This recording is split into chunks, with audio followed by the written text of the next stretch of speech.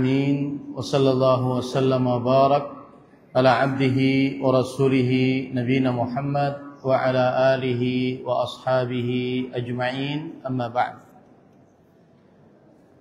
Bapak Ibu saudara-saudari yang saya cintai karena Allah, semoga Allah Subhanahu wa taala selalu memberikan afiat kepada kita di dunia dan di akhirat. InsyaAllah ta'ala kita selama 40 menit ke depan akan membicarakan tentang hak suami dan hak istri. Saya mulai dari hak istri. Ladies first ya. Karena kita dahulukan perempuan dahulu, agar perempuan-perempuan tidak banyak dizalimi. Ini berarti yang harus memperhatikan para lelaki, para suami, dan juga para perempuan. Karena para perempuan kadang-kadang tidak tahu haknya, akhirnya mau saja dizalimi oleh para lelaki. Hak yang pertama yang dimiliki oleh istri adalah nafkah. Nafkah adalah pemberian yang wajib dari suami kepada istri. Ingat, nafkah adalah pemberian yang wajib dari suami kepada istri. Dan nafkah mencakup makanan, atau bahasa kita mudahnya sandang, pangan, papan. Sandang artinya pakaian. Kemudian pangan artinya makanan dan minuman. Papan artinya tempat tinggal. Ini dan seluruh yang diperlukan oleh seorang perempuan untuk menegakkan hidupnya di dunia. Seperti keperluan-keperluan khusus perempuan. Alat-alat kecantikan. Di zaman sekarang skincare misalkan. Ini termasuk nafkah yang wajib suami untuk memberikan. Termasuk di dalamnya juga yang berkaitan dengan sandang, perhiasan. Emas, perak, pakaian, jilbab. Dari mulai ujung kaki misalkan sendal, sepatu, kemudian jubah, celana dalam, dan seterusnya. Kalau disebutkan sangat banyak. Yang jelas sandang, pangan, papan, dan seluruh yang diperlukan oleh perempuan untuk hidup di dunia. Dan nafkah hukumnya adalah wajib berdasarkan Al-Quran dan Sunnah serta ijma'. Dalilnya surat At-Talaq ayat 7. Allah Subhanahu wa taala berfirman, liyunfiq dzu sa'ah min sa'ati. Wa man qudira 'alaihi rizquhu falyunfiq mimma ataahu Allah. La yukallifu Allahu nafsan illa ma ataaha, sayaj'alu Allah ba'da 'usrin yusra. Hendaknya seorang suami memberikan nafkah yang diluaskan rezekinya sesuai dengan keluasannya. Dan yang dicukupkan atasnya rezekinya, hendaknya dia memberikan nafkah sesuai dengan apa yang Allah berikan kepadanya. Allah tidak membebani seseorang kecuali apa yang Allah berikan kepadanya. Dan Allah akan menjadikan setelah kesulitan kemudahan. Ini perhatikan baik-baik, ayat ini memberikan pelajaran wajibnya memberikan nafkah kepada istri sesuai dengan kemampuan. Dan ayat ini juga memberikan pelajaran kepada kita bahwa Allah akan memudahkan sang suami yang ikhlas memberikan nafkah, Allah akan memudahkan sang suami untuk memberikan nafkah. Asalkan dia berusaha memberikan nafkah, Allah akan mudah. Kemudian juga dalil dari hadis Rasul sallallahu alaihi wasallam, yaitu Rasul sallallahu alaihi wasallam bersabda dalam hadis yang diriwayatkan dari Amr bin Al-Ahwas radhiyallahu anhu, wa haqquhunna 'alaikum an tuhsinu ilaihinna fi kiswatihinna wa ta'amihinna. Hak para istri atas kalian wahai para suami, kewajiban suami adalah berbuat yang baik atau memperbagus kepada mereka para istri dalam memberikan pakaian dan makanan. Di sini bahkan bukan hanya sekedar memberikan nafkah, tetapi nafkah yang baik. Ketika memberikan makanan, maka berikanlah makanan yang terbaik sesuai dengan kemampuan kita. Ketika memberikan sandang, berikanlah sandang yang terbaik sesuai dengan kemampuan kita. Ketika memberikan papan, tempat tinggal, berikanlah tempat tinggal yang terbaik sesuai dengan kemampuan kita. Ini para ikhwah, itu dalil yang menunjukkan wajibnya untuk memberikan nafkah. Kemudian para ikhwan yang dirahmati oleh Allah Subhanahu wa taala, perhatikan baik-baik. Kemudian pemberian nafkah wajib dari suami kepada istri. Baik sang suami dalam keadaan bersama istri atau saat tidak bersama istri. Suami sering safar karena mencari nafkah, suami sering bepergian, maka sang suami tetap wajib memberikan nafkah. Itu poin, harus dipahami baik-baik. Suami tetap wajib memberikan nafkah, baik ketika dia bersama istri atau tidak sedang bersama istri. Jangan nanti ada suami mengatakan, oh saya kan sedang gak bersamamu, kenapa saya wajib memberikan nafkah? Enggak. Para ulama diantaranya Abu Sulaiman Al-Khattabi mengatakan bahwa fahuwa lazimun hadara am ghaba. Nafkah itu wajib bagi suami kepada istri, baik itu sang suami sedang berhadir bersama istrinya atau sedang tidak ada bersama istrinya. Kemudian yang selanjutnya, poin selanjutnya tentang nafkah. Kalau seandainya suami tidak memberi nafkah, maka dihitung hutang. Wajib dilunasi, artinya wajib bayar hutang tersebut.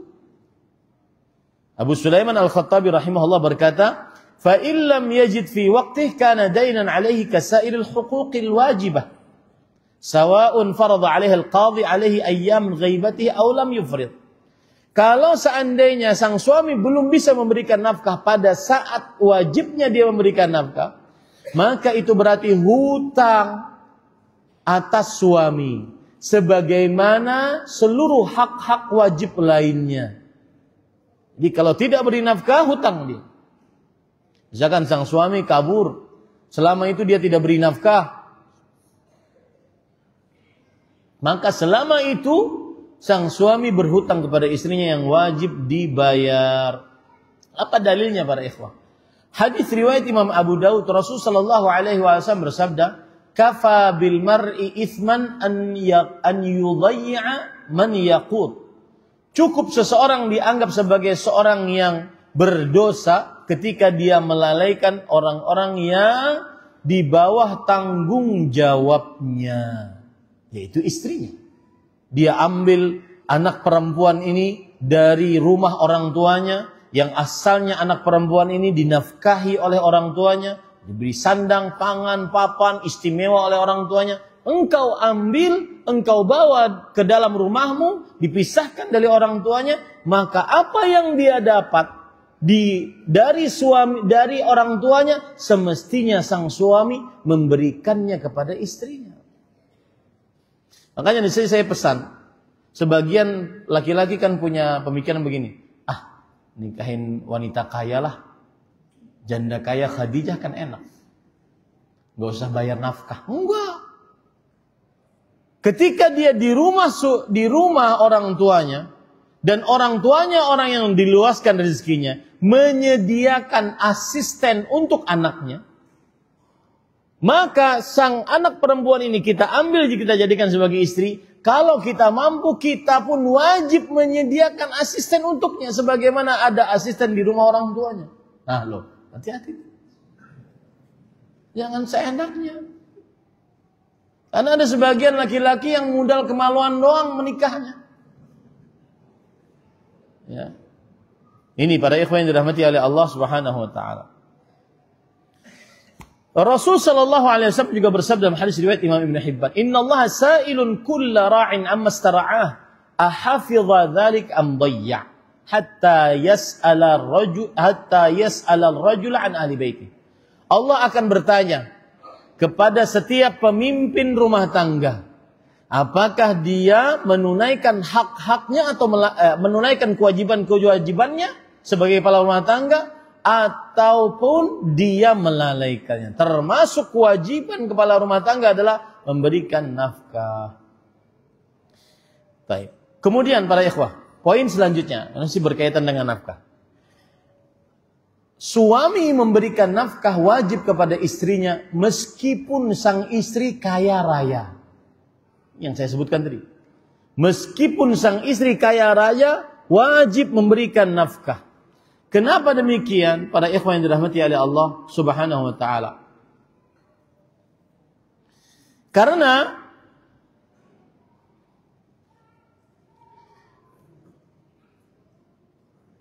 pemberian nafkah suami kepada istrinya bukan karena sang istri memerlukan. Ya, itu baik-baik. Oh, saya enggak perlu. Bukan karena sang istri memerlukan, tetapi karena sang istri tertahan oleh suami tidak bisa beraktivitas. Itu penyebab sang suami tetap bayar nafkah meskipun dia sang istri kaya raya. Coba perhatikan perkataan para ulama fikih. Tajibu nafaqatu zawjah 'ala az-zawj hatta walau kanat az-zawjah musirah li'annaha lam tajib lil haja wa innama bisabab ihtibasiha li haqqi az-zawj.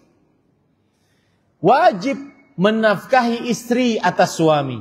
Suami wajib menafkahi istri walaupun sang istri kaya raya. Kenapa? Karena menafkahi istri bukan karena diwajibkan karena istri berhajat terhadap nafkah itu, bukan. Tetapi karena sang istri tertahan, tidak bisa beraktivitas gara-gara mengurus siapa? Suami. Nah, ini poin-poin yang berkaitan dengan nafkah, ya, para ikhwan yang dirahmati oleh Allah Subhanahu wa taala. Dan agar sang suami semangat memberikan nafkah kepada istrinya, maka harus meyakini baik-baik nafkah yang suami berikan kepada istrinya, apapun itu, sampai makanan yang dia suapkan, satu suapan ke mulut istrinya, maka itu dianggap sang suami sedang bersedekah. Ini yang harus ditanamkan dalam diri kita para suami, agar tidak ada keberatan memberikan nafkah kepada istri, karena berarti kita sedang bersedekah. Rasul sallallahu alaihi wasallam bersabda dalam hadis riwayat Bukhari, "Innaka mahma anfaqta ala ahlika min nafaqah fa innaka tu'jar." Apa saja engkau wahai para suami yang engkau berikan kepada istrimu dari nafkah, maka engkau akan dapatkan pahala. Hatta luqmah tarfa'uha ila fi imra'atik. Sampai makanan yang kamu suapkan ke mulut istrimu itu dianggap sedekah. Coba antum tanamkan itu di dalam kalbu sehingga tidak merasa berat saat memberikan nafkah kepada sang istri. Ini para ikhwan yang dirahmati oleh Allah Subhanahu wa taala. Dan saya berpesan untuk suami, berikanlah nafkah yang halal kepada istri. Karena bagaimanapun nafkah yang halal dengan nafkah yang haram, hasilnya untuk istri dan anak-anak sangat berbeda. Mungkin istri kita kurang taat, suka mengangkat suara, suka meminta yang menyulitkan suami, gara-gara nafkah yang kita berikan tidak halal. Ada perkataan menarik disebutkan di dalam kitab Ihya Ulumuddin. Seorang salafus saleh, istrinya berkata kepada suaminya, "Ittaqillah, wahai suamiku, takutlah engkau kepada Allah, wa iyyaka wal kasbal haram." Jauhi dari memakan harta yang haram. Fa inna nasbiru 'alal ju' wadh-dharr. Kami bisa tahan lapar, bisa tahan kesusahan. Wala nasbiru 'alan nar. Tapi kami tidak tahan dimakan oleh api nerakanya Allah Subhanahu wa taala. Baik. Itu hak istri yang pertama. Hak istri yang kedua, tempat tinggal. Allah Subhanahu wa taala berfirman di dalam Al-Qur'an, "Askinu min haitsu wajadtum min wujdikum." Surat At-Talaq ayat 6. Yang artinya, tempatkanlah para istri di mana kamu bertempat tinggal menurut kemampuanmu. Hak istri memiliki tempat tinggal tersendiri, tidak berkumpul dengan ibu suami. Itu hak istri. Mas, saya nggak sanggup kumpul dengan ibu, mas. Kami selalu bertengkar karena tadi sifat kecemburuan. Maka sang suami mengatakan, itu hakmu, kita akan usahakan. Dan tempat tinggal yang dimaksud di sini, baik itu dengan membelinya, menyewanya, mengontrakannya, atau dengan tempat tinggal yang diwakafkan. Yang penting sang istri memiliki tempat tinggal tersendiri. Dan sang istri berhak untuk mengatakan kepada suaminya, saya tidak atau belum siap untuk bertempat tinggal dicampur dengan keluargamu, mas. Kadang kan suami menikah, seorang laki-laki menikah dengan istri, dengan perempuan, kemudian dia tinggal bersama di rumah orang tua suami. Di situ ada bapak, ibu suami, ada kakak, adik suami. Itu sangat memberatkan istri. Apalagi istri yang sudah paham tentang sunnah aurat dalam agama Islam. Ajaran Rasulullah SAW menjaga aurat. Kaki aurat, keluar kamar harus memakai kaos kaki. Apalagi wanita yang bercadar.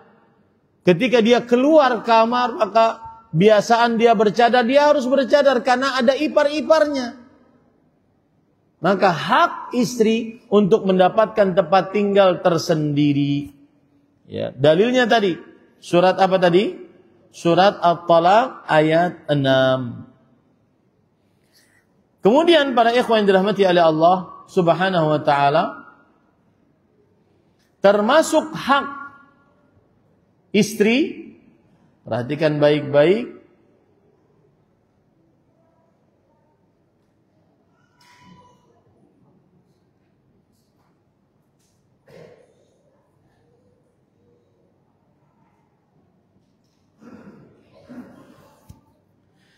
itu sudah yang kedua, nafkah, kemudian tempat tinggal. Termasuk hak istri adalah seorang istri mendapatkan hak untuk diajari ilmu agama dan adab-adab keislaman oleh suami. Allah berfirman dalam surah At-Tahrim ayat 6, "Ya ayyuhalladzina amanu qu anfusakum wa ahlikum nara." Wahai orang-orang yang beriman, jagalah diri kalian dan keluarga kalian dari api neraka.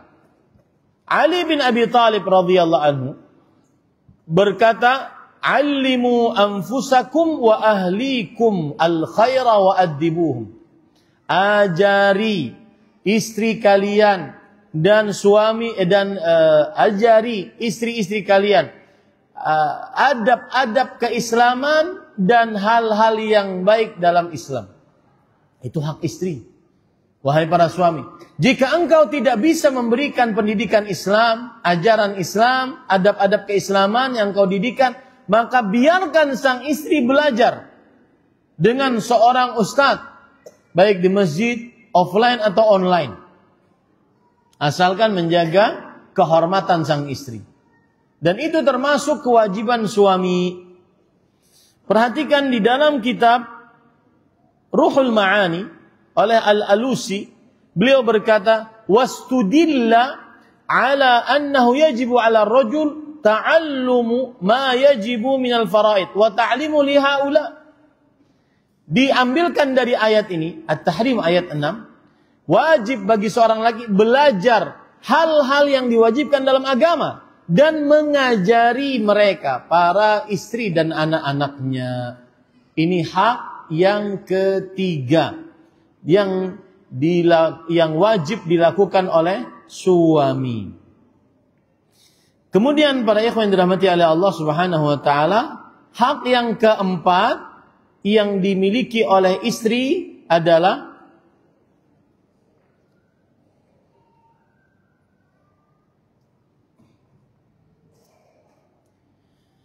ini paling penting, yaitu, dan ini yang terakhir, yaitu seorang istri mempunyai hak untuk dimuasyarah bil ma'ruf, digauli dengan baik.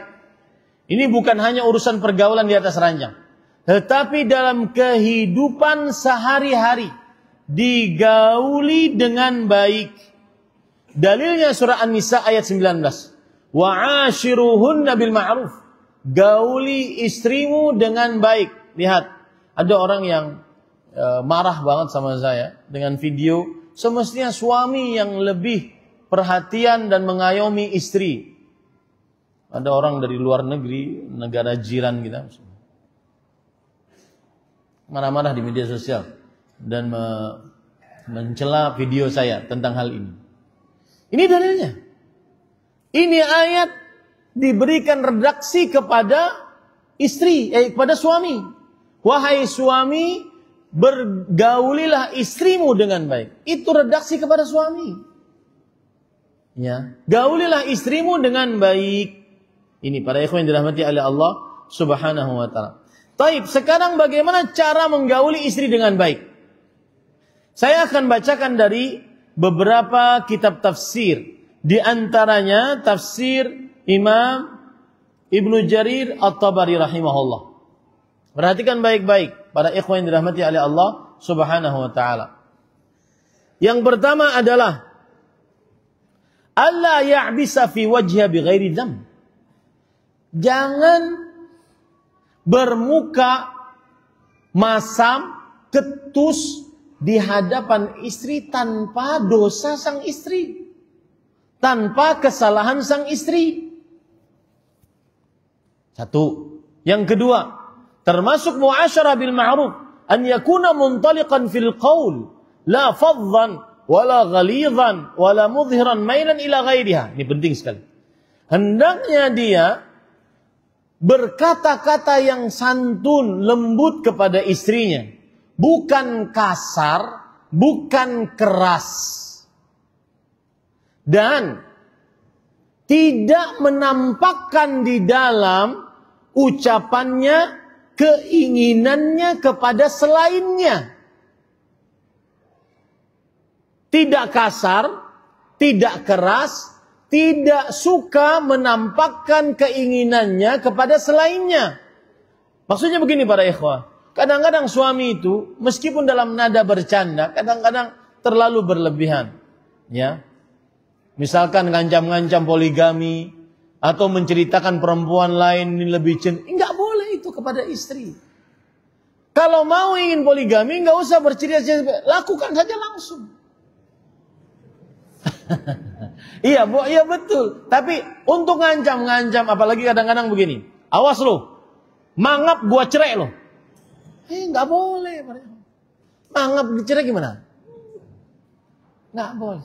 Atau sedikit-sedikit diancam dengan poligami. Istri masak, kebetulan istrinya belum bisa masak terlalu baik, terlalu enak, kadang-kadang keasinan, kadang-kadang kemanisan. Kemudian dia jadikan candaan. Ini kalau keasinan, poligami nih. Nggak boleh begitu, Pak. Sakit itu hati istri. Dan itu bukan muasyarah bil ma'ruf. Bukan muasyarah bil ma'ruf. Kalau mau, maka serius, saya akan menikah lagi. Dan saya sudah dapat calonnya. Besok saya akan menikah. Selesai. Itu nggak terlalu sakit.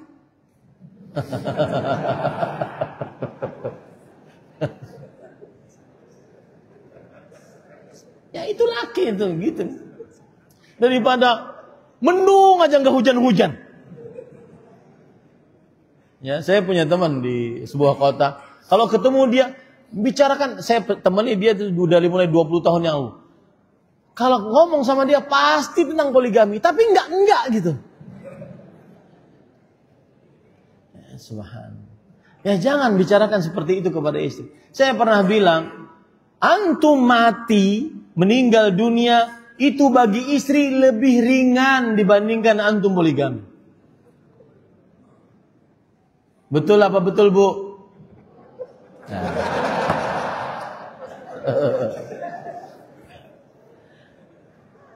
Yang Pak ya, antum kita harus hadapi sebuah kenyataan. Yang paling semangat kalau kita meninggal, paling semangat menguburkan kita siapa? Istri kita. Paling semangat. Bu, suaminya nggak usah dikuburkan ya, Bu. Oh jangan, kuburkan cekes. Cepat dikuburin. Paling semangat kuburin kita itu. Paling sedih sebulan, 2 bulan, 3 bulan, habis itu dia suami baru. Antum yang bangun rumah itu antum mati, rumah jadi bangun dengan harta riba lagi. Sedangkan dia dengan suami barunya menikmati rumah antum. Antum dapat siksa kubur akibat riba. Nah, itu rasakan tuh. Ini para ikhwan yang dirahmati oleh Allah Subhanahu wa taala. Baik.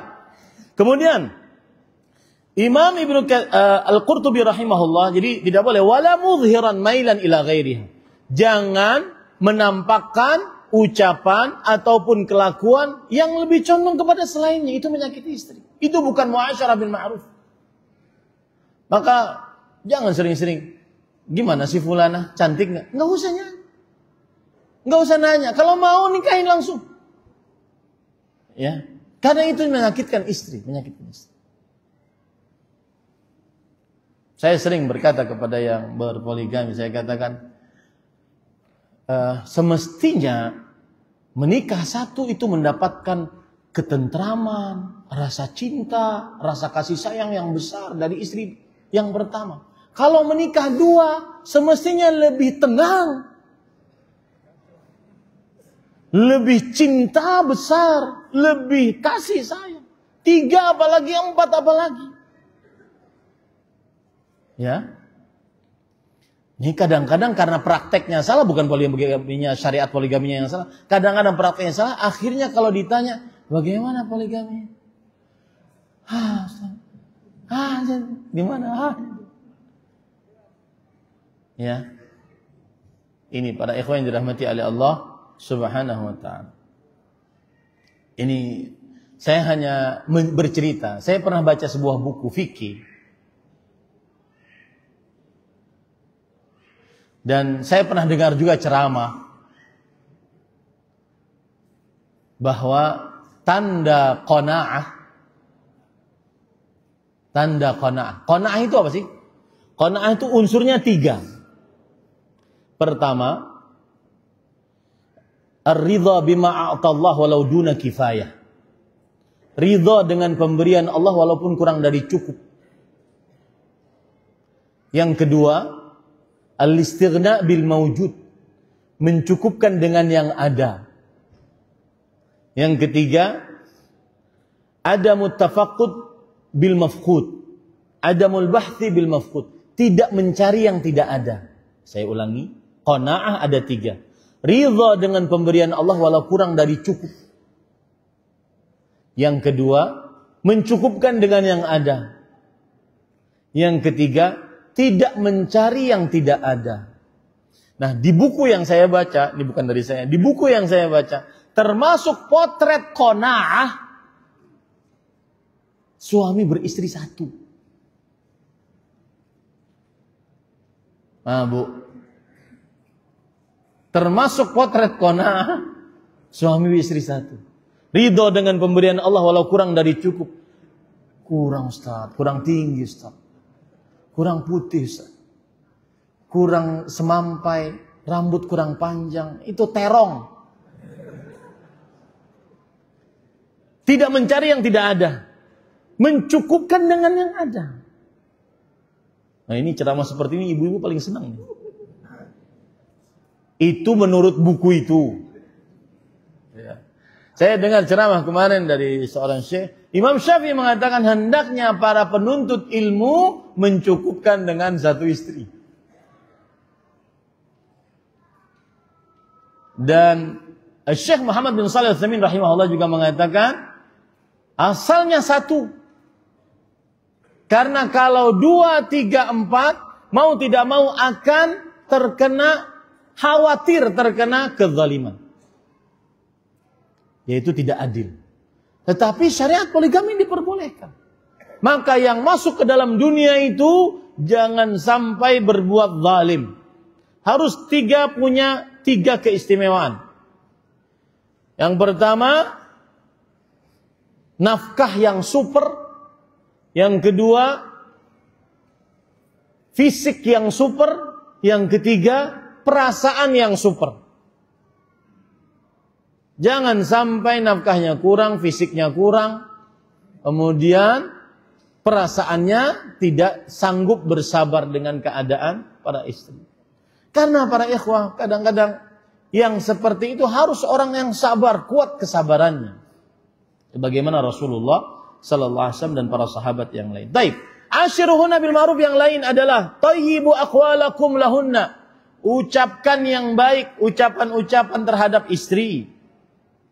Sebagaimana sudah saya singgung tadi, hassinu af'alakum wa hayatikum bihasabi qudratikum.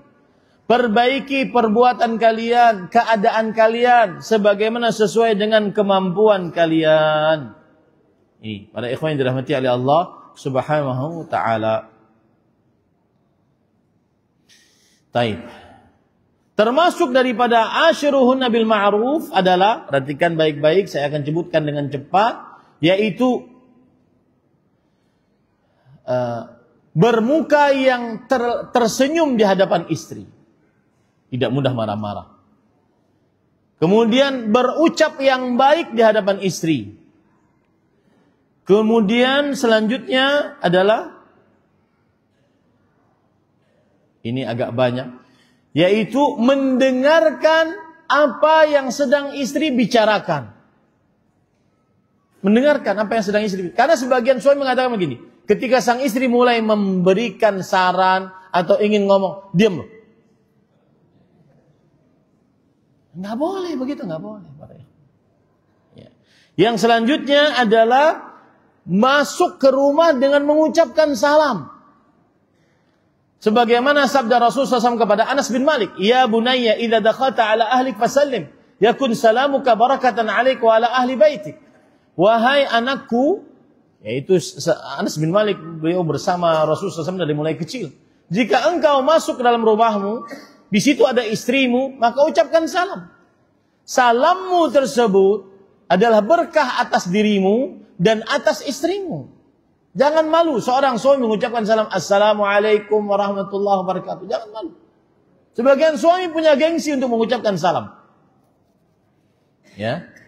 Kemudian para ikhwan dirahmati oleh Allah Subhanahu wa taala, termasuk muasyarah bil ma'ruf, memuliakan istri dengan apa yang disukai oleh istri, seperti memuji istri di hadapan keluarganya. Itu disukai oleh istri. Memuji istri di hadapan orang tuanya, memuji istri di hadapan kakak adiknya. Itu muasyarah bil ma'ruf. Ya. Dan subhanallah para ikhwan, ada kisah menarik. Rasul sallallahu alaihi wasallam, ini perhatikan baik-baik, terutama yang punya kedudukan, tahta, harta, Ya, sehingga kadang-kadang dia berbuat semena-mena kepada istrinya. Perhatikan. Suatu ketika Aisyah radhiyallahu anha mengangkat suara di hadapan Rasul sallallahu alaihi wasallam. Kemudian lewat waktu itu dari luar rumah Abu Bakar As-Siddiq radhiyallahu anhu, bapaknya Aisyah, mertua Rasulullah sallallahu alaihi wasallam. Kemudian masuk ke dalam rumah, kemudian dia memarahi anaknya. Atarfa'ina sautaki ala Rasulillah sallallahu alaihi wasallam? Wahai anakku, apakah engkau berani lancang mengangkat suaramu di hadapan Rasul sallallahu alaihi wasallam? Mau ditempeleng oleh Abu Bakar As-Siddiq Aisyah radhiyallahu anha. Lalu Rasul SAW menahan. Jangan. Lalu akhirnya terjadi, kemudian mereka lama-kelamaan mereda pertikaiannya, kemudian saling tertawa satu dengan yang lainnya. Kemudian setelah itu Abu Bakar As-Siddiq masuk lagi, mendengar mereka berdua tertawa. Kata Abu Bakar As-Siddiq, kalian telah memasukkanku ke dalam peperangan kalian, sekarang kalian memasukkanku ke dalam perdamaian kalian. Kata Rasul sallallahu alaihi wasallam, bahasa kita nih ya, wahai istriku, saya sudah menyelamatkan engkau dari dia, dari bapakmu, tidak jadi tempeleng. Apa pelajaran menarik di sini? Bisa saja Rasul SAW sebagai kepala negara, seorang alim, bisa saja beliau mengatakan, kalau bahasa kita di zaman sekarang, berani ngangkat suara ya, kiai besar nih, ustadz dai nasional. Gak ada beliau berkata gitu. Panglima tertinggi gak ada. Wahai para laki-laki, kalau engkau sudah masuk ke dalam rumahmu, engkau adalah suami. Jangan bawa-bawa pangkatmu. Yang kalau di kantor engkau, siap pak, itu di rumah enggak. Di rumah engkau ada istrimu. Ya, jangan bawa-bawa pangkatmu di hadapan istrimu. Ini para ikhwan yang dirahmati oleh Allah Subhanahu wa taala. Kemudian termasuk muasyarah bil ma'ruf adalah yaitu mengobatinya saat dia sakit, sebagaimana Utsman bin Affan radhiyallahu anhu mengobati Ruqayyah binti Rasulullah SAW saat sakit, bahkan tidak ikut perang Badar gara-gara mengobati dan menemani istrinya. Ikut perang Badar. Perang Badar itu yang mengikutinya diampuni dosanya. Tetapi gara-gara ada hak istri di situ, muasyarah bil ma'ruf, maka ditemani meskipun tidak ikut perang Badar. Yang terakhir, termasuk muasyarah bil ma'ruf adalah adil terhadap para istri. Ini bagi praktisi. Adil terhadap para istri. Nah, taib para ikhwan yang dirahmati oleh Allah Subhanahu wa taala, kita masuk kepada sekarang hak-hak suami. Perlu nggak disebutkan hak-hak suami? Perlu nggak Bu? Nggak.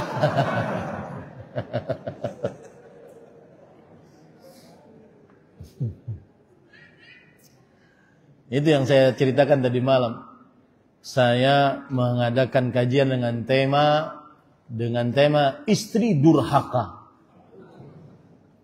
Sejam sebelum kajian, panitia bilang, Ustadz, ibu-ibu protes. Oke, kali ini ada kajian dengan tema istri durhaka. Kapan Ustadz kajian lagi dengan tema suami zalim? Baik, saya akan sebutkan ringkas saja sebelum azan. Nanti saya mohon azan dulu, baru setelah itu kita lanjutkan dengan pertanyaan ya. Dan kemudian baru sholat. Yang pertama dan paling utama, hak suami adalah sang istri wajib taat kepada suaminya dalam perihal yang ma'ruf, bukan dalam maksiat. Ya, wajib taat pada suaminya. Diperintah apapun selama bukan maksiat, wajib taat. Apa dalilnya para ikhwan? Bahkan ini bahkannya ada poin-poinnya. Ketaatan seorang istri kepada suami lebih didahulukan dibandingkan ketaatan seorang istri kepada orang tuanya. Ada perintah suami nih, ada perintah orang tua istri. Maka dahulukan perintah suami dibandingkan perintah orang tua bagi seorang istri. Apa dalilnya para ikhwah? Surah An-Nisa ayat 34. Allah Subhanahu wa taala berfirman, "Ar-rijalu qawwamuna 'alan nisa bima faddalallahu ba'dahum 'ala ba'd wa bima anfaqu min amwalihim. Fas-salihatu qanitat hafizatun lil ghaibi bima hafizallah." Lelaki adalah pemimpin atas para istri. Karena Allah meninggikan derajat lelaki di atas perempuan. Dan karena lelaki memberikan nafkah dari harta mereka.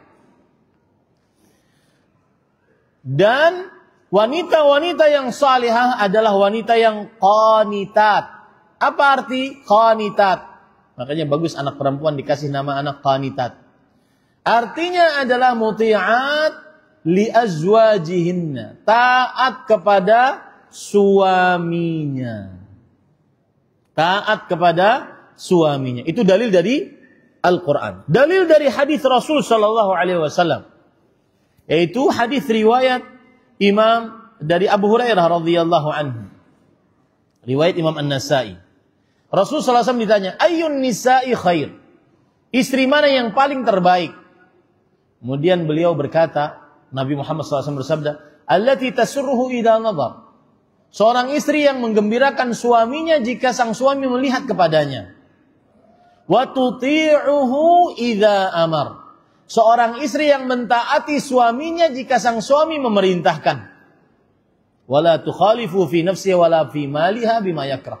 Dan seorang istri yang tidak menyelisihi suaminya pada dirinya dan pada hartanya dengan sesuatu yang tidak disukai oleh sang suami. Ini dalil menunjukkan bahwa hak suami yang paling besar atas istri adalah ketaatan.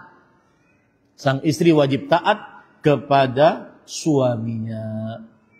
Kalau seandainya diperintahkan untuk maksiat tidak boleh taat. Tetapi perintah apapun selain maksiat wajib ditaati. Rasul sallallahu alaihi wasallam bersabda, "La ta'ata li makhluqin fi ma'siyatil khaliq." Tidak ada ketaatan terhadap makhluk di dalam perihal bermaksiat kepada Allah Subhanahu wa taala. Dalam hadis yang diriwayatkan oleh Imam Ibnu Majah, Rasul sallallahu alaihi wasallam bersabda, "Mastafadal mu'min ba'da taqwallahi azza wa jalla khairun lahu min zaujatin salihah in amaraha ata'athu." Seorang mukmin laki-laki tidak mendapatkan faidah yang paling besar setelah takwa kepada Allah yang lebih baik daripada istri yang salihah. Tanda istri yang salihah adalah jika suami memerintahkannya maka ia taat kepada suaminya. Itu dalil para ikhwan yang dirahmati oleh Allah Subhanahu wa taala. Nah, para ikhwan yang dirahmati oleh Allah Subhanahu wa taala, Syekhul Islam Ibnu Taimiyah rahimahullahu taala pernah berkata, "Wa laisa 'alal mar'ah ba'da haqqillahi wa rasulihi aujab min haqqiz zawj." Tidak ada kewajiban atas seorang perempuan setelah menunaikan hak Allah, hak Rasulullah yang lebih wajib untuk ditunaikan dibandingkan hak suami. Dibandingkan hak suami. Bahkan Syekhul Islam Ibnu Taimiyah berkata, Syekhul Islam Ibnu Taimiyah ulama Islam abad ke-8 Hijriah. Beliau mengatakan, perhatikan ibu-ibu, "Fal mar'ah 'inda zawjiha tushbihur raqiq wal asir, falaysa laha an takhruja min manzilihi illa bi idzni, sawa'un amaraha abuha aw ummuha aw ghairu abawaiha bi ittifaqil a'immah." Ini ijma para ulama. Seorang perempuan di sisi suaminya bagaikan, mohon maaf ya, ini pada ibu-ibu jangan sampai tidak tahan mendengar ini, bagaikan budak, tawanan, bagaikan bukan budak ya, tawanan dan budak. Tidak boleh seorang istri keluar dari rumah suaminya kecuali dengan izin suaminya. Apakah itu diperintah oleh bapaknya, ibunya, atau selain dari kedua orang tuanya, dengan kesepakatan para imam. Nah, nanti timbul pertanyaan, Ustadz, saya KDRT Ustadz. Pernah kan viral tuh di media sosial, seorang publik figur KDRT. Di KDRT oleh suaminya. Gara-gara dia mendapatkan hadis ini dan dikatakan oleh suaminya seperti ini, dia tidak berani keluar. Lebam-lebam istrinya. Gara-gara dia takut untuk menjadi seorang istri yang diancam dengan neraka karena keluar rumah tanpa izin. Maka jawabannya tidak demikian. Islam tidak membiarkan kezaliman untuk penganutnya. Seorang istri yang mendapatkan ADRT suaminya berhak dia untuk meminta perlindungan dari keluarganya. Walau dengan keluar rumah.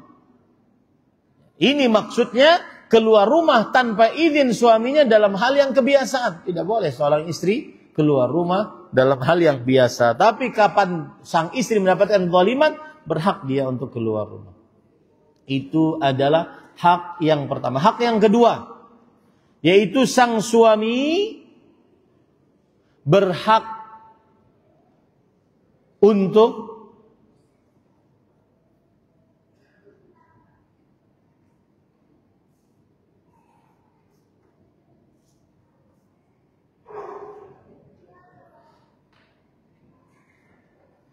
memberikan nasihat dan tahapan-tahapan saat sang istri tidak taat kepadanya. Apa itu tahapan-tahapannya? Perhatikan baik-baik. Allah berfirman di dalam surah An-Nisa ayat 34, "Wallati takhafuna." Istri-istri yang kalian wahai suami takut nusyuzahunna. Mereka tidak taat kepada kalian. Fa'idhuhunna. Yang pertama, sang suami berhak menasihati. Kalau istri tidak taat, melakukan nusyuz, istri tidak taat. Yang kedua, wahjuruhunna. Dan berpisah ranjang. Istri tidak taat, boleh dipisahi ranjang, tidak digauli. Yang ketiga, wadribuhunna. Dan memukul mereka. Meskipun mungkin di dalam undang-undang aktif di negara ini tidak boleh memukul dan itu termasuk daripada KDRT, maka secara syariat Islam boleh memukul. Tapi pukulan yang diperbolehkan adalah darban ghairu mubarrih, yaitu pukulan dengan kayu siwak yang tidak membekas. Kayu siwak, kamu tahu? Kayu siwak. Hanya segitu saja. Ya, bukan dengan tendangan, bantingan. Itu namanya smackdown. Nggak boleh pada. Kemudian juga tidak boleh memukul wajah, nempeleng wajah. Itu sangat tercela dari seorang suami. La tadribil wajh wa la tuqabbih, kata Rasulullah. Tidak boleh menempeleng dan tidak boleh menghinakan dia, merendahkan, mencaci maki dia, nggak boleh. Dan bagaimanapun yang paling afdal adalah tidak memukul wajah. Tidak memukul. Meskipun boleh, yang paling afdal adalah tidak memukul. Sebagaimana Rasulullah SAW bersabda, la tadribu ima Allah. Jangan kalian pukul hamba-hamba perempuan Allah Subhanahu wa ta'ala. Itu hak suami. Boleh menasihati istri dengan tahapan-tahapan kapan sang istri berlaku nusyuz. Hak suami yang ketiga, ini sering terjadi. Sering terjadi divorce, perceraian gara-gara sang istri tidak melakukan hak suami. Apa itu? Suami membawa istri kemanapun. Keluar dari rumah orang tuanya. Sang istri nggak mau. Kalau seandainya sebelum menikah tidak ada pranikah, perjanjian pranikah bahwa saya mau menerima kamu sebagai suamiku asalkan engkau tidak membawaku dari rumah orang tua karena sekarang ibu sendirian, saya ingin ngurus ibu. Kalau sang suami setuju dengan perjanjian tersebut, maka tidak boleh dibawa. Tapi kalau tidak ada perjanjian tersebut, hak suami untuk membawa istrinya kemanapun dia berada. Dan saya pesan ini, long distance relationship bukan sunnah Rasul.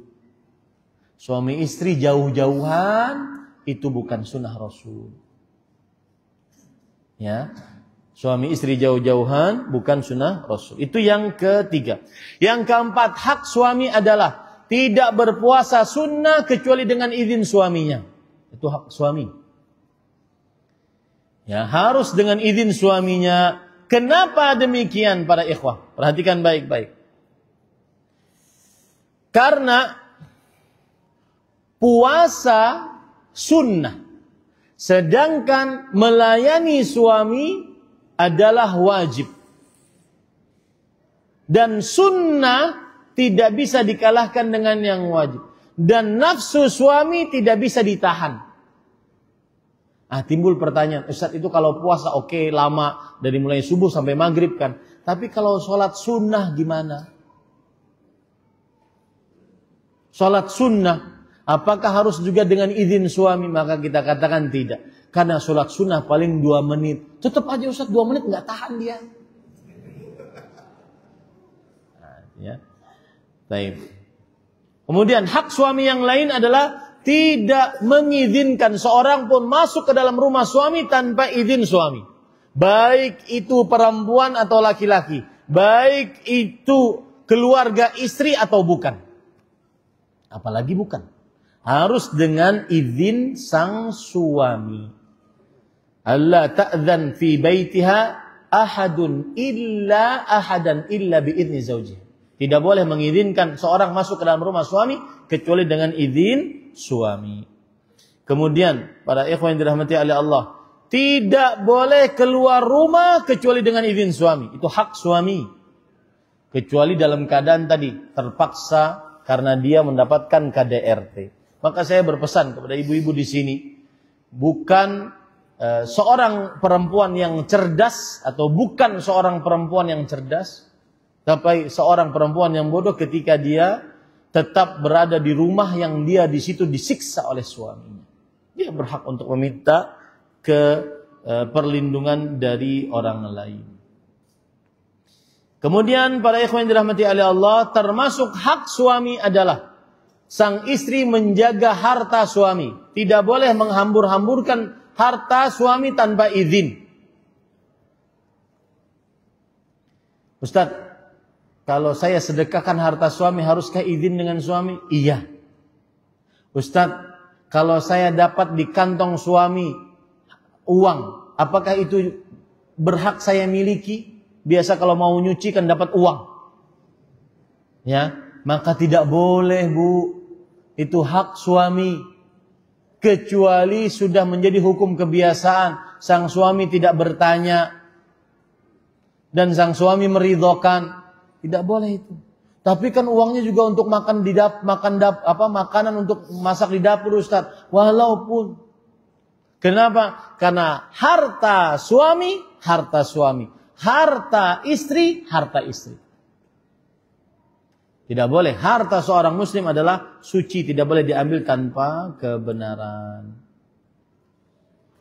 Taib, para ikhwan yang dirahmati oleh Allah Subhanahu wa taala, termasuk hak suami adalah tidak boleh seorang istri meminta sesuatu yang di luar kemampuan sang suami. Ya. Sebagaimana Rasul sallallahu alaihi wasallam tidak pernah disulitkan oleh permintaan-permintaan istrinya. Bahkan Aisyah pernah berkata, "Ra'ainal hilal, tsummal ihlal, tsummal hilal, salasatu ahillah fi syahrain." Kita melihat bulan purnama, kemudian bulan purnama kedua, bulan purnama ketiga. 3 bulan purnama dalam 2 bulan. 2 bulan setengah berarti. Wa ma uqida fi buyuti azwajin Nabi sallallahu alaihi wasallam. Saat itu tidak ada api yang dibakar di dalam rumah-rumah istri-istri Rasulullah SAW. Artinya tidak ada sesuatu yang bisa dimasak. Bersabarlah dengan keadaan suami. Terutama suaminya sudah berusaha, tetap bertanggung jawab, usaha. Beda dengan suami yang cuma tidur-tiduran, suami yang malas bekerja, suami yang malas usaha. Beda ya. Ini saya berbicara tentang suami yang tetap berusaha, tapi Allah belum berikan kelapangan sebagaimana mestinya yang diinginkan. Maka pada saat itu bersabarlah dengan keadaan suami. Taib. Yang terakhir, termasuk hak suami adalah berterima kasih atas pemberian suami. Ya, Rasul sallallahu alaihi wasallam bersabda, "Ittala'tu finna ya ma'syaran nisa."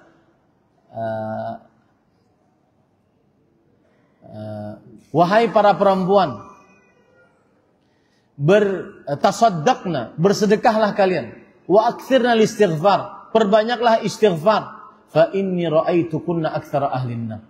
Aku melihat kalian paling banyak penghuni neraka, wahai para perempuan, wahai para istri. Kenapa wahai Rasulullah? Takfurnal ashir, kalian sering tidak berterima kasih terhadap pemberian suami. Bagaimana contoh tidak berterima kasih kepada pemberian suami? Rasulullah SAW menjelaskan, tuhsinu ila ihdahunna thumma ra'at minka syai'an faqalat ma ra'aitu minka khairan qat. Engkau wahai para suami berbuat baik kepada istrimu sepanjang tahun, selama pernikahan berbuat baik. Satu saja kesalahan engkau wahai suami, maka sang istri akan mengatakan, dasar suami nggak pernah berbuat baik. Padahal umur pernikahan sudah 20 tahun, anak sudah 5, nggak buat baik gimana? Ini salah satu kesikap yang kurang baik dari seorang istri. Nah, ini para ikhwah dirahmati oleh Allah, itulah beberapa hak suami dan hak istri. Mungkin bisa azan dulu. Setelah azan saya mohon kita menjawab pertanyaan beberapa menit. Kemudian setelah itu baru kita salat zuhur. Wallahu alam. Sallallahu nabiyana Muhammad walhamdulillahirabbil alamin. Banyak banget pertanyaannya. Nah, silakan azan dulu.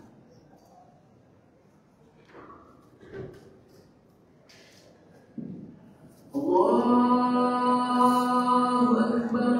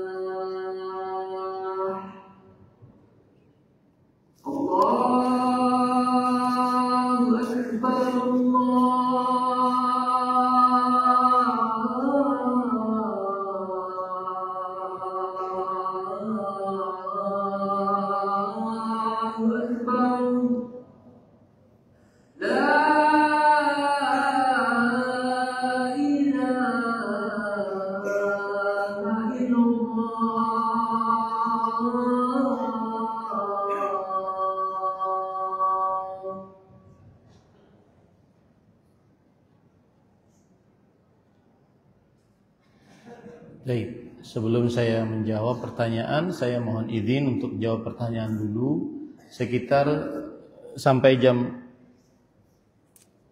12.30, baru setelah itu kita sholat qabliyah, baru setelah itu iqamah ya.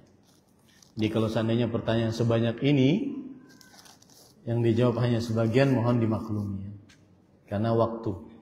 Dan ini juga menjadi perhatian, tidak mengapa untuk setelah azan kita mengakhirkan sedikit.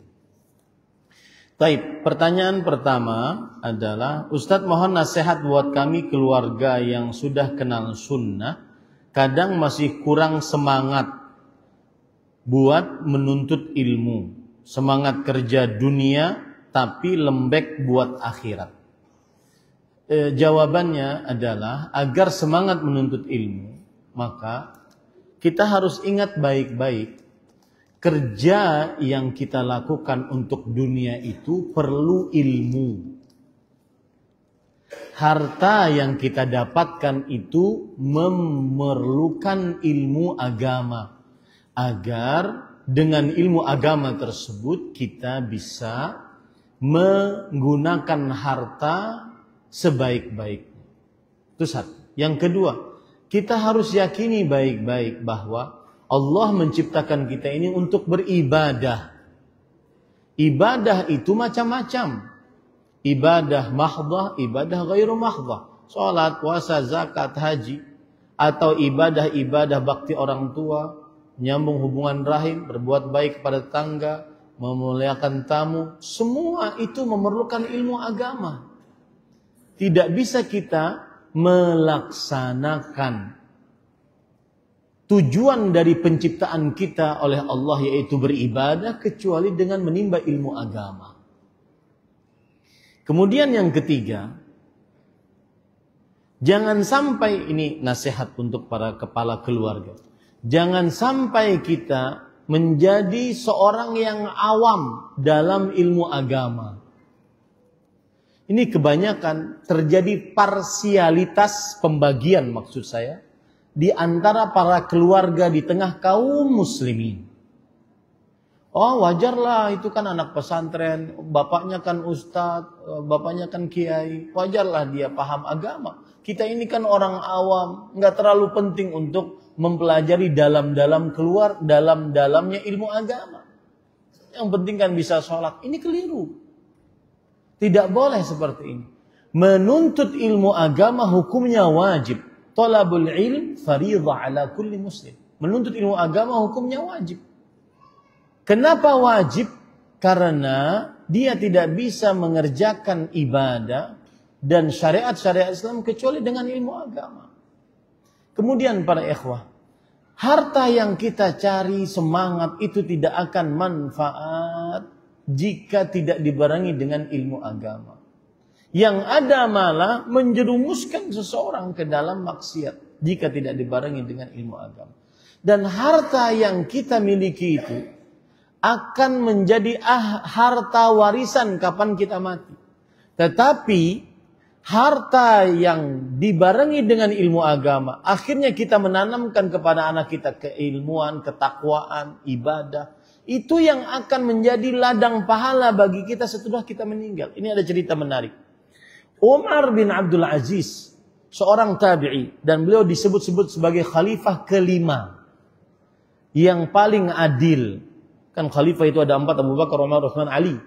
Ada khalifah kelima yang juga sekelas dengan beliau, padahal bukan sahabat, Umar bin Abdul Aziz. Ketika beliau mau sekarat, mau meninggal, beliau ditanya, "Madza tarakta li ahlik?" Apa yang kau tinggalkan untuk anak-anakmu, wahai khalifah, wahai amirul mukmin, wahai raja? Engkau punya anak 11, hartamu cuma sedikit. Apa yang kau tinggalkan? Beliau mengatakan, taraktu lahum taqwallah. Aku tinggalkan kepada mereka takwa kepada Allah. Kenapa? Karena kalau mereka bertakwa, jika mereka miskin dan bertakwa, Allah tidak akan menyia-nyiakan orang bertakwa. Dan jika mereka kaya dan bertakwa, mereka akan menjadi pejuang-pejuang Islam, dermawan-dermawan untuk kepentingan Islam. Baik, itu satu. Keluarga yang pertama. Keluarga yang kedua juga ada khalifah. Kalau tidak salah, Marwan bin Abdul Malik. apa yang kau tinggalkan untuk anakmu? Anaknya juga 11. Kata Marwan, aku tinggalkan setiap anakku harta yang banyak. Warisan. Maka apa yang terjadi para ikhwah? Ini khalifah meninggal, ini meninggal. Anak-anak yang ini menjadi orang-orang yang kaya, yang bersedekah dermawan untuk kepentingan Islam dan kaum muslimin. Sedangkan yang ini yang ditinggalkan harta yang banyak tanpa ilmu agama, maka akhirnya mereka menjadi peminta-minta, habis hartanya, menjadi peminta-minta. Nah itu para ikhwan dirahmati, mudah-mudahan semangat untuk menuntut ilmu agama. Dan saya sering berpesan, kita ini bukan menuntut ilmu agama, bukan ingin menjadi ahli ilmu agama. Kalau menjadi ahli ilmu agama itu masuk pesantren. Karena di pesantren memang diajari dari mulai dasar tahapan-tahapan sampai dia menjadi ahli ilmu agama. Tapi kalau kita menuntut ilmu agama, hanya menuntut ilmu agama agar kita tidak bodoh terhadap Islam kita. Rukun Islam pelajari, rukun iman pelajari, amalan-amalan kolbu pelajari, zikir-zikir, bacaan-bacaan doa pelajari. Itu sudah cukup. Ya. Tetapi mempelajarinya dengan seorang ustadz pakai kitab, itu sudah cukup. Kita tidak ingin menjadi ahli ilmu agama. Ahli ilmu agama itu ahli fatwa, berdakwah, menjawab pertanyaan. Nah, itu ahli ilmu agama yang akan menggantikan di sini. Itu orang-orang yang memang jurusannya ke pesantren, yang memang jurusannya agama. Sebagaimana ahli lainnya dalam ilmu umum lah begitu. Ada sebagian keluarga ya para ikhwah yang tidak tahu tata cara sholat, tidak tahu tata cara wudhu dengan baik dan benar sesuai dengan ajaran Rasul. Tapi kalau urusan dunia sangat paham. Nah, ini keliru dalam sebuah keluarga begitu. Dengan asumsi bahwa dia adalah keluarga awam. Dan ini sudah diingatkan oleh Allah dalam Al-Quran surah Al-Ankabut ayat 7. Ya'lamuna zahiran minal hayatid dunya wa hum 'anil akhirati hum ghafilun. Mereka mengetahui perkara-perkara dunia, tetapi mereka lalai tentang akhirat. Tafsirannya, kata Al-Hasan Al-Basri, tafsiran dari ayat ini adalah mereka tahu bagaimana kalau seandainya emas diletakkan di ujung kukunya, mereka tahu berapa berat emas tersebut tanpa ditimbang. Tapi tidak bisa sholat dengan sesuai sunnah Rasul Sallallahu Alaihi Wasallam. Nah ini belajarlah ilmu agama. Baik. Pertanyaan selanjutnya, wallahu alam. Ustadz izin bertanya, di dalam surga laki-laki mendapatkan bidadari. Kata istri saya, jika nanti di surga dapat bidadari, kamu tolak. Cukup aku saja. Bagaimana itu Ustadz? Tolong penjelasannya. Istri saya ikut kajian juga, biar dia dengar penjelasannya.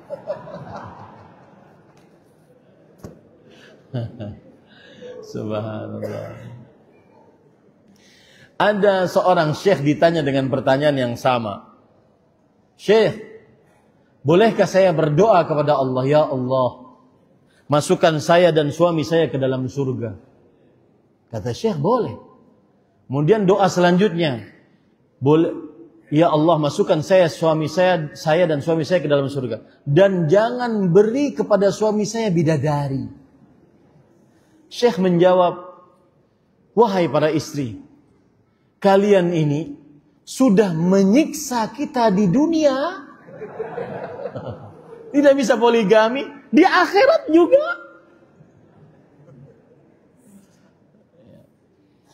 Ini para ikhwan yang dirahmati. Maka jawabannya, kalau suami dapat bidadari di surga, maka sang istri tidak akan pernah cemburu bagaimanapun.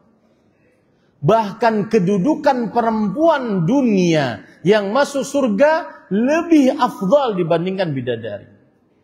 Tidak ada kecemburuan, tidak ada marah, enggak ada. Contoh misalkan, sang suami sekarat, mau meninggal. Lalu dia panggil istrinya. Kemudian sang suami berkata, wahai istriku, saya sepertinya mau meninggal. Kamu harus berjanji, kalau saya meninggal jangan nikah lagi.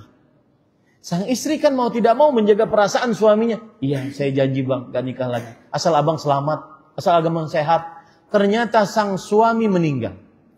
Taib, sang istri janji kan.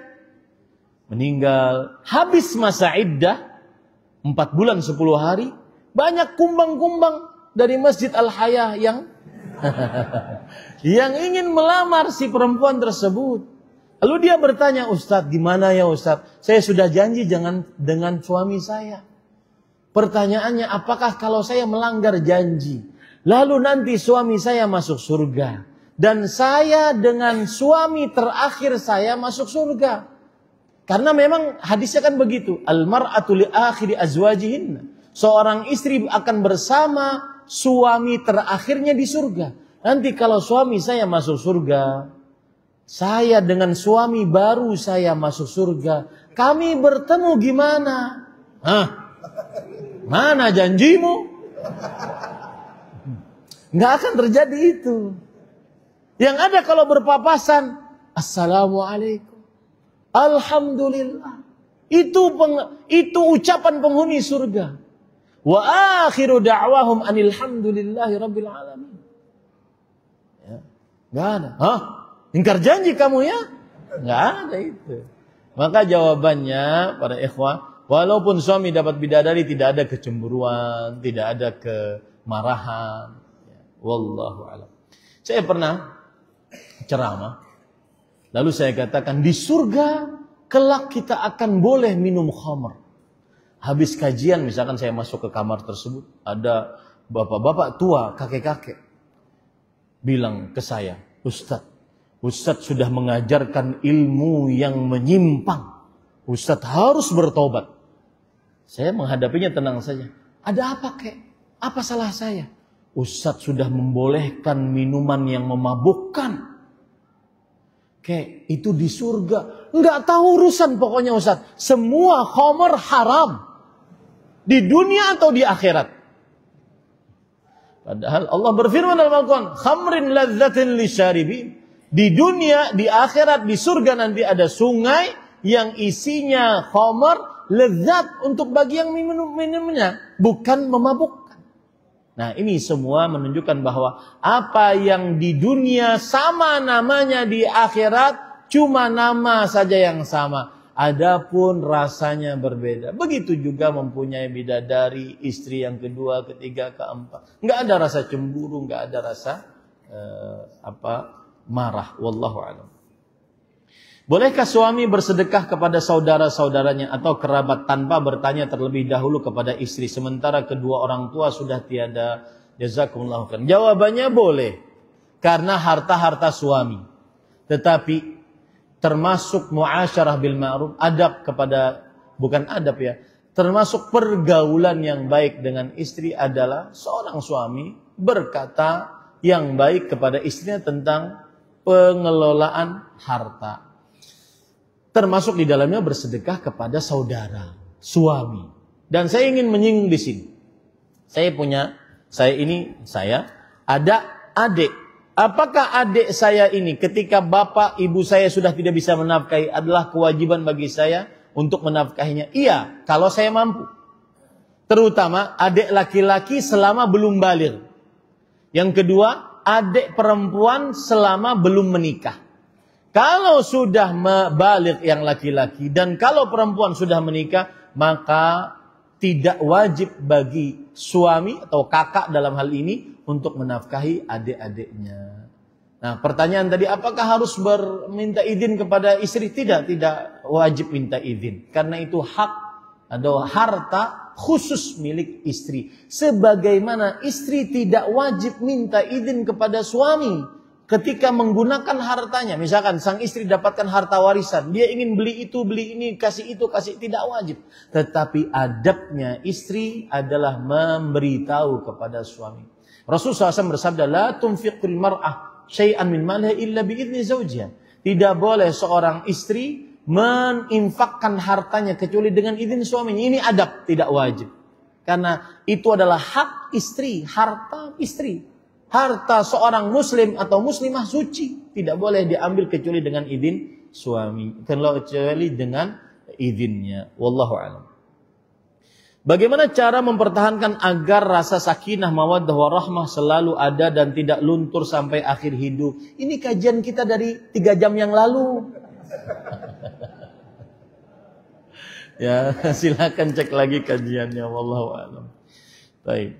Mendemo pimpinan negara tidak dibenarkan. Tapi kalau seorang istri setiap kali nonton berita suka berkomentar layaknya orang lagi demo, apakah ini termasuk demo? Allah. Dan apakah hal ini dibolehkan dalam syariat rumah tangga? Jawabannya ya akhi, doakan pemimpin kita. Makanya saya khutbah kemarin, doakan presiden. Doakan, berat ya akhi, jadi pemimpin berat. Doakan agar mereka saleh, dapatkan istri, dapatkan menteri-menteri yang saleh. Berat. Apalagi di sebuah negara konoha yang banyak korupsinya, dana haji dikorupsi. Subhanallah. Doakan ya akhi, berat. Yang korupsinya mengakar sedemikian rupa, berat.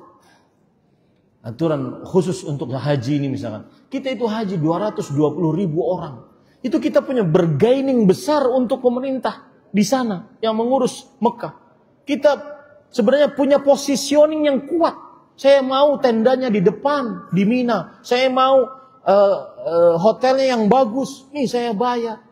Tetapi kenapa tidak bisa begitu? Karena dikorupsi dananya. Paham maksud saya? Maka doakan yang baik-baik, ya, doakan yang baik-baik untuk pemimpin kita. Sebagaimana perkataan para ulama salaf, "Lau kana li da'wah mustajabah la da'utuha lis-sultan." Kalau seandainya aku memiliki doa yang dikabulkan, aku akan berikan itu kepada pemimpin. Doakan yang baik-baik, jangan diribahi pemimpin, taati pemimpin. Ya, selama di dalam bukan maksiat, selama dalam ketaatan. Dan saya pesan pada ikhwan, jangan mudah menerima provokasi. Keamanan tidak ada yang senilai dengannya. Wallahi billahi tallah. Kita sekarang kajian. Antum kajian dari jam berapa? Dari jam berapa kajian? 9:15 menit. Hampir 3 jam lebih kita kajian. Tidak ada suara dentuman bom, tembakan. Aman. Bisa kajian sedemikian rupa. Jangan mau terprovokasi. Nabi Ibrahim minta keamanan sebelum minta rezeki.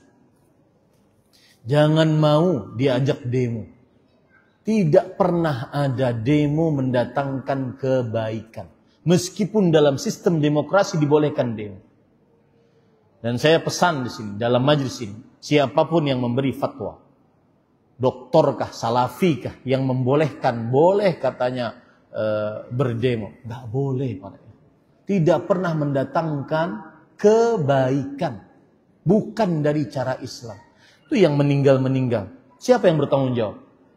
Semua yang ikut berkomentar, walau tulisan 1 huruf pun akan dimintai pertanggungjawaban. Rasulullah SAW bersabda, La yazalu rajulu fi fushatin min dini ma lam yusib daman haraman. Masih saja seseorang di akhirat kelak lapang hisapnya, nyaman hisapnya, selama tidak pernah berurusan dengan darah setetes pun dari darah kaum muslimin. Tidak boleh. Saya kemarin kedatangan kawan saya dari Libya, dari Palestina. Kawan kuliah yang sudah menjadi syekh di negaranya. Kemudian kita berikan tablik akbar untuk beliau. Beliau katakan, "Ahai Ahmad, beritahukan kepada jamaahmu, tidak ada yang mengenal nikmat keamanan kecuali yang hilang keamanan dari diri mereka." Antum tahu di beberapa negara Timur Tengah yang rusak, tidak boleh seseorang sholat 5 waktu di dalam masjid yang sama. Kalau ada orang sholat 5 waktu di dalam masjid yang sama, maka habis isya diciduk. Banyak mata-mata pemerintah. Karena dianggap teroris. Itulah ketika sudah tidak ada keamanan. Jangan mau para ikhwan. Keamanan itu nikmat Allah yang luar biasa. Tidak ada yang tahu harganya kecuali yang kehilangan. Apalagi yang kebetulan yang datang itu kawan saya dari Palestina. Dari Ramallah, dari tepi barat. Kami tidak tahu Ustaz Ahmad katanya. Apakah besok masih hidup atau tidak. Ngajar seperti ini nikmat sekali antum. Jangan mau para ikhwan. Bersabar. Rasul SAW sudah memberikan solusi. Kalau seandainya antum punya pemimpin yang zalim, maka tugas antum dua. Pertama, kerjakan tugasmu sebagai rakyat, yaitu taati pemimpin selama bukan maksiat. Yang kedua, kalau seandainya antum ingin hak dari pemimpin antum, minta sama Allah. Itu hadis Rasul sallallahu alaihi wasallam. Minta sama Allah Subhanahu. Kalau ingin memberikan nasihat yang baik, bukan dengan demo, apalagi sampai memberontak. Tidak pernah ada di dalam sejarah pemberontakan mendatangkan keadaan yang lebih baik. Wallahi tidak pernah ada. Sejarah tidak pernah bohong. Tidak pernah ada. Ya, apalagi nonton berita demo, kemudian ikut demo. Ya wallahu a'lam. Apakah diperbolehkan kita penjual baju syar'i kemudian modelnya kita sendiri yang tampil di media sosial dengan beragam baju, model yang diposting diri sendiri? Jawabannya adalah kalau perempuan jangan. Walaupun dengan ditutup mukanya, walaupun dari belakang, perempuan jangan. Ya. Al-mar'ah a'urah. Perempuan itu aurat. Idza kharajat istasyrafah syaitan. Syaitan akan memperindahnya. Apalagi di zaman media AI. Allah. Jangan. Perempuan. Saya sadar mengucapkan ini. Seorang perempuan tidak keluar dengan di media sosial.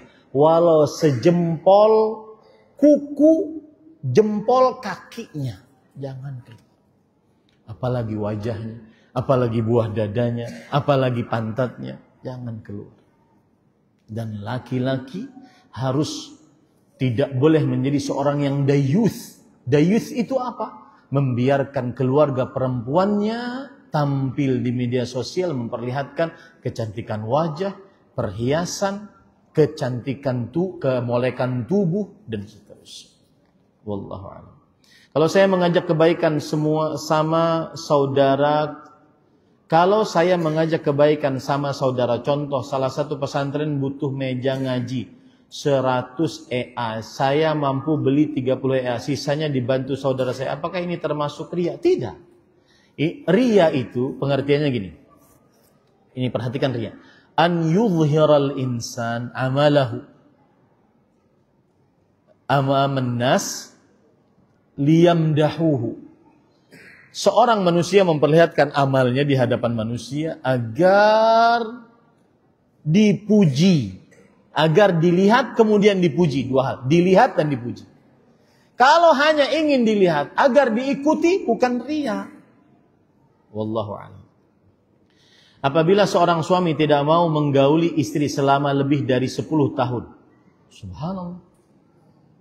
Dan berbuat tidak adil, mengutamakan hobinya pada istrinya. Jika istri minta cerai, bagaimana caranya yang ma'ruf? Ini terlambat, Bu. Terlambat. Dan jangan-jangan ini kisah bohong. Kenapa saya katakan begitu? Agar memberikan pukulan keras kepada sang perempuan. Jangan-jangan ibu bohong nih dengan ceritanya. Gak mungkin 10 tahun. Terlambat nih. Jangankan 10 tahun, sebulan saja tidak menggauli itu sudah dipertanyakan. Terlambat, gak boleh begini. Saya ada video saya yang viral. Tidak boleh seorang istri rela dengan di bawah kezaliman suami. Gak boleh. Makanya saya tuduh ini, mungkin istrinya ini yang salah. Istrinya yang tidak mikir mungkin. Terlambat minta cerai setelah 10 tahun terlambat. Seorang perempuan berhak bahagia untuk mendapatkan hubungan suami istri. Ini kadang-kadang seorang istri tidak mau menggugat cerai. Saya tidak memerintahkan untuk menggugat cerai. Perdamaian lebih utama. Tetapi seorang istri kadang-kadang mempertahankan suaminya, padahal dia terzalimi baik dari akidah suami, ibadah suami, akhlak suami, adab suami kepada istrinya. Dia terzalimi. Tapi dia tidak mau menggugat cerai. Kenapa? Karena takut menyandang status janda. Karena tetap dinafkahi meskipun tidak digauli dalam pergaulan batin. Tetap tidak boleh. Seperti misalkan seorang suami tidak sholat. Biarlah suami gak sholat, yang penting nafkahnya lancar. Gak boleh. Gak boleh bersuamikan suami yang tidak sholat. Gak boleh. Saya tidak memerintahkan atau tidak ingin keluarga muslim cerai-berai. Enggak. perdamaian lebih utama, tetapi tidak boleh mendiamkan kezaliman. Ya, wallahu a'lam. Dan ini berita yang seperti ini dari istri, kita tidak boleh sebagai yang memberikan fatwa atau yang ditanya agama tidak boleh asal jawab. Nggak boleh. Harus minta